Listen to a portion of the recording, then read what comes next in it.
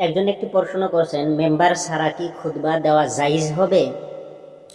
সম্মানিত প্রশ্নকারী ভাই, হাদিস থেকে জানা যায় যে রাসূলুল্লাহ সাল্লাল্লাহু আলাইহি সাল্লাম সাহাবা কেরাম জুমার খুতবার মেম্বার ব্যবহার করছেন। কাজেই মেম্বারে দাঁড়িয়ে খুতবা দেওয়াই সুন্নত। বিনা কারণে মেম্বার ছেড়ে খুতবা দেওয়া সুন্নত পরিপন্থী। যদি মসজিদে মেম্বার না থাকে তাহলে উসওয়া কোনো জিনিস নিয়ে খুতবা দেওয়া যাবে, কেননা জুমার খুতবার জন্য মেম্বার শর্ত না। মেম্বার ছাড়াও খুতবা প্রদান করা যাবে, কিন্তু মেম্বারে খুতবা দেওয়া সুন্নাত। হাদিসের ভিতরে আসছেন ইবনে উমাইয়া রাহমাতুল্লাহ আলাইহি জাবের ইবনে আব্দুল্লাহ রাদিয়াল্লাহু আনহু থেকে বর্ণিত যে একজন আনসারী মহিলা রাসূলুল্লাহ সাল্লাল্লাহু আলাইহি সাল্লামকে বললেন, ইয়া রাসূলুল্লাহ সাল্লাল্লাহু আলাইহি সাল্লাম, আমি কি আপনার জন্য এমন একটি জিনিস তৈরি করে দিব না যার উপর আপনি বসতে পারেন? কেননা আমার একজন সূত্রধর গোলাম আছে। তিনি বললেন, যদি তুমি ইচ্ছা করো। বর্ণনাকারী বলেন, অতঃপর সে মহিলা তার জন্য মেম্বর বানিয়ে দিলেন। যখন জুমার দিন হলো, রাসূলুল্লাহ সাল্লাল্লাহু আলাইহি সাল্লাম সেই তৈয়ারি মেম্বরের উপরে বসলেন। সে সময় যে খেজুর গাছের সাথে টেক লাগায়া মানে হেলান দিয়া নবী খুতবা দিতেন, সেই খেজুর গাছটি চিৎকার দিয়ে উঠল যেন তা ফেটে যাবে। রাসূলুল্লাহ সাল্লাল্লাহু আলাইহি সাল্লাম নেমে এসে তাকে নিজের সঙ্গে জড়িয়ে ধরলেন। তখন সেটি ফোঁপাতে লাগলো, যেমন ছোট শিশুকে চুপ করানোর সময় ফোঁপায়। অবশেষে তা স্তর হয়ে গেল। বাড়ি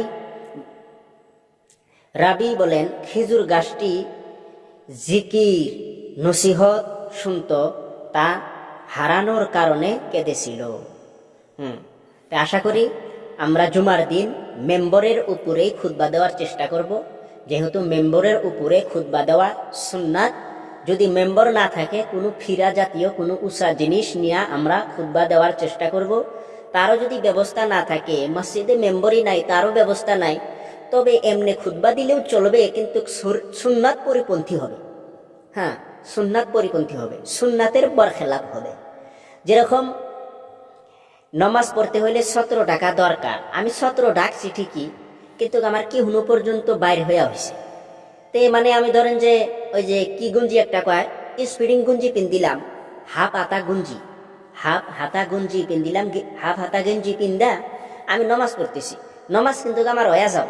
80 হুব্বা জাহান্নাম যে খাড়া লাগতো, সেই জাহান্নাম থেকে আমি বাইসা যাম, কিন্তু 3,35,54,432টা নিকির থেকে বঞ্চিত হইলাম।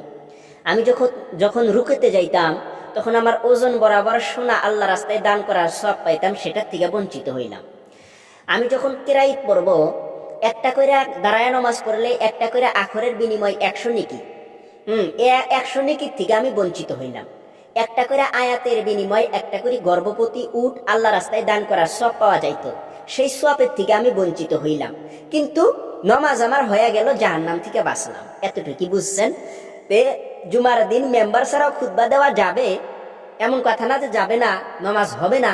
যেহেতু খুতবা দেওয়াও ওয়াজিব, শোনাও ওয়াজিব, খুতবা দেওয়া যাবে, কিন্তু মেম্বার ছাড়া খুতবা দেওয়া এটা সুন্নাত পরিপন্থী হবে। আশা করি বুঝতে পারছেন।